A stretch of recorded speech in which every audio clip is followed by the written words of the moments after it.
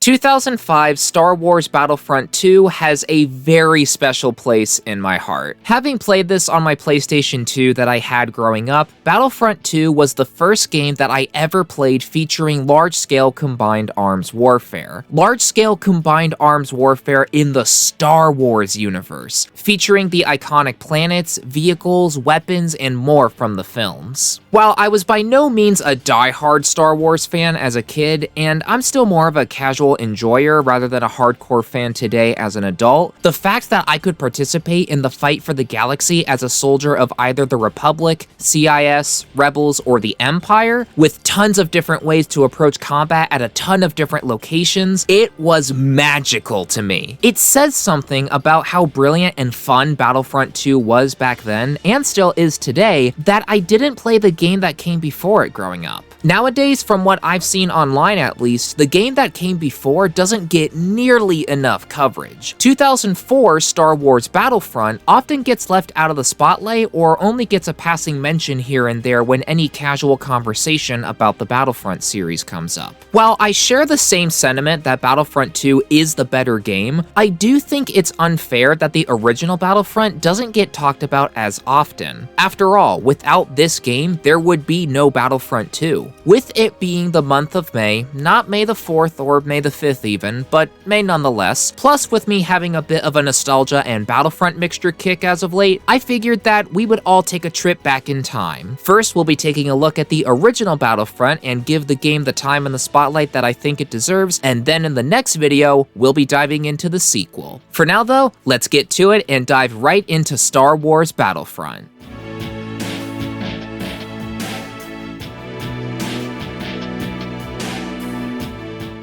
Developed by the now defunct Pandemic Studios, Star Wars Battlefront was the answer to a specific need.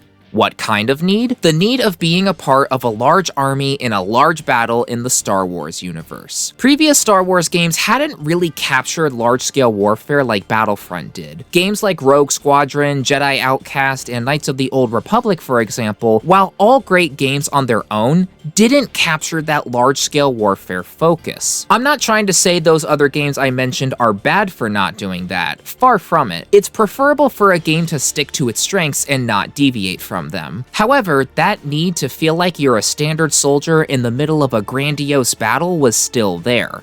Enter this game. Star Wars Battlefront is a third-person, or first-person if you want it that way, shooter that places the player in control of a soldier from either the Republic, CIS, Rebels, or the Empire in either the prequel or original trilogy eras. Featuring a campaign mode, instant action, and galactic conquest, this game aims to finally scratch that large-scale warfare itch. This game must be literally anyone other than your average stormtrooper because this game hits that mark beautifully.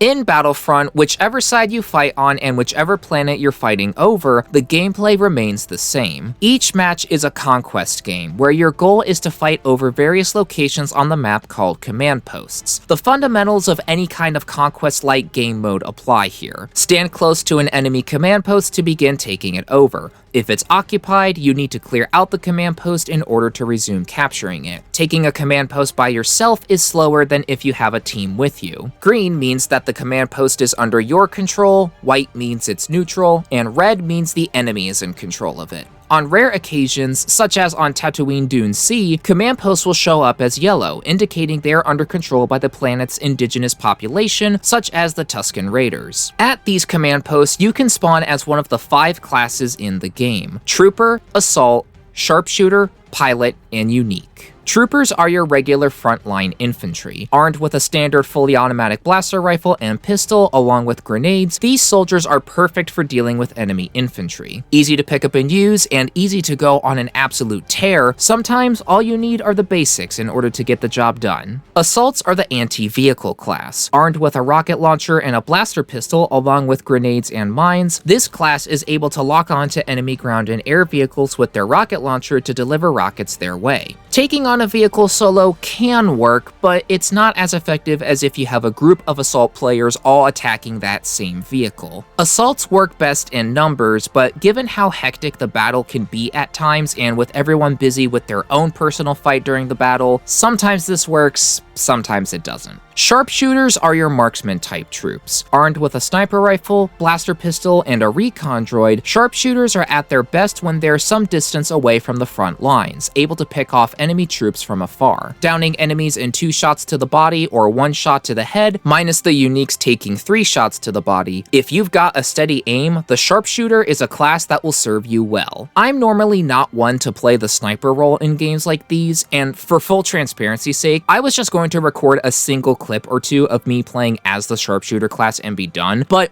I was surprised at how fun the sharpshooter class was to play as. From what I've played, the AI seems to be balanced with this class as well. They're not literal aimbots taking down people with headshots each time, but they can land good shots if the opportunity presents itself. Pilots are where things get interesting. As the name implies, these troops are oriented for vehicles. Whenever you spawn as a pilot and enter an air vehicle, any damage that is dealt to the vehicle is slowly repaired over time. Not repaired so fast that you become invincible. You can still be easily outdamaged, but this ability fits well with the pilot being, well, a pilot. Armed with a different number of weapons depending on the faction, pilots have fusion cutters that can repair things like turrets, along with health, ammo, and vehicle repair droids. They also have access to health and ammo back to tanks, giving them the support role as well since they can heal and replenish allies on the battlefield. For the rebels, the pilots get a shotgun-type blaster, for the droids and Empire, they both get a grenade launcher, and for the clones, they get an arc blaster. Lastly are the uniques. Wookiees for the rebels, Dark Troopers for the Empire, Jet Troopers for the clones, and Droidekas for the CIS. Wookiees get an arrow blaster that can either be shot single fire or charged up to create a horizontal spread of 5 shots at a time. They have access to time bombs as well, which can be useful if you're able to sneak up on an enemy vehicle, turret, or just anything that requires the use of explosives.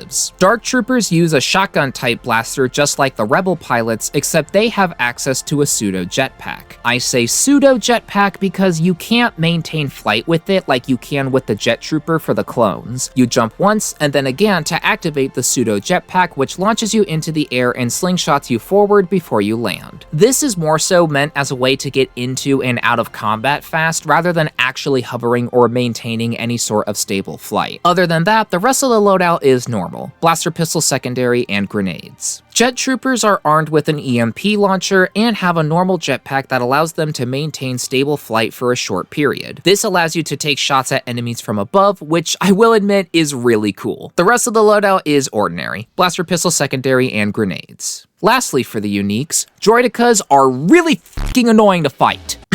Sorry, I got a little sidetracked there. Droidekas are the most unique of the, well, uniques. They can roll around the battlefield to get to where they need to go before deploying. With a quick press of a button, you can activate the Droideka's shield and fire away at the clones in front of you. This shield is tough, able to soak up multiple grenades and even rockets before being forced to go down. I will admit, this is the only gameplay clip of me using the Droideka because of the weird control scheme. Not only do you move with the left stick, but your horizontal aiming is done with the left stick too. With every other class in the game, the moving is strictly done with the left stick, while the aiming is strictly done with the right stick. So to have the aiming be a mix of the two with the Droideka really threw me off, to the point where I said, nah, I'm good. Going back to me mentioning how annoying they can be to fight, that is true. It's super frustrating to be gunned down by a Droideka whose shield is able to survive taking way more firepower than it seemingly should. However, it doesn't break the balancing of the game in two, nor is it something that ruins the game by any stretch of the imagination. Yeah, cheap feeling deaths will happen if you play as the clones and go up against Droidekas, but those deaths shouldn't take away from the overall fun that this game can provide. For the vehicles in the game, which ones that show up will depend on which planet you're fighting over, and depending on the specific planet, whether it's the more infantry-focused or the more vehicle-focused map. But to keep it simple, the various vehicles in the game serve roles like your fighters, tanks, command vehicles, bombers, etc. X-Wings and TIE fighters as the fighters, the LAAT gunship as your gunship/transport vehicle, the T-47 airspeeder that is exclusive to Hoth serving as a ground attack and anti-AT-AT vehicle, vehicle, the IFT-X as the tank, the ATTE as the heavy-duty behemoth along with acting as a mobile spawn point, and more. Each of the vehicles in the game from what I've played are balanced beautifully. Each vehicle has a counter to it in the form of a group of assault players, other vehicles, anti-air turrets, air speeders for the AT-ATs, etc. These vehicles allow you to be powerful and nearly unstoppable if you play to the vehicle's strengths, but you can also be taken out fairly easily if you're absolutely careless when operating said vehicle.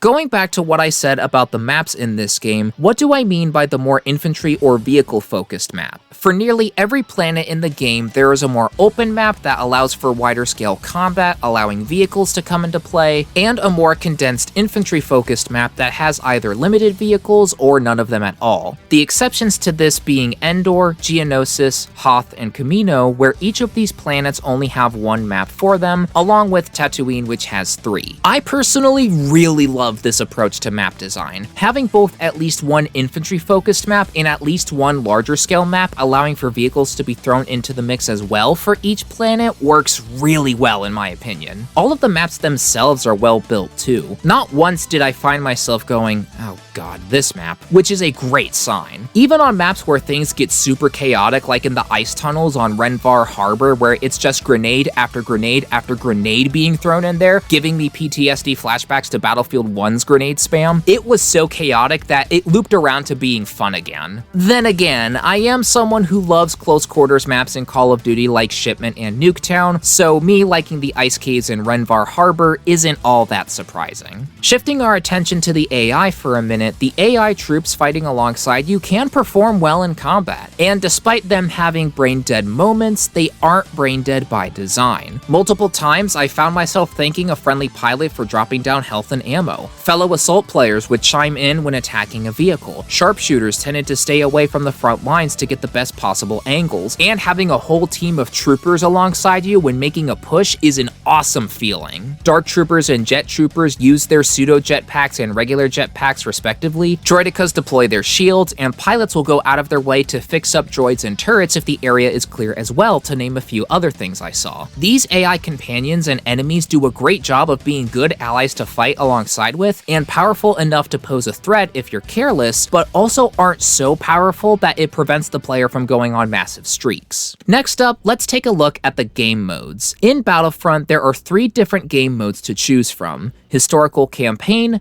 Instant Action, and Galactic Conquest. The campaign in Battlefront is literally just some clips from the movies played in between missions, along with a mission objective screen that shows up beforehand, with one of the characters from Star Wars voicing over the small context given to that match. Every mission in the campaign is just like an ordinary conquest match, which leads to the verdict that while the campaign doesn't do anything wrong, it's also just kinda there.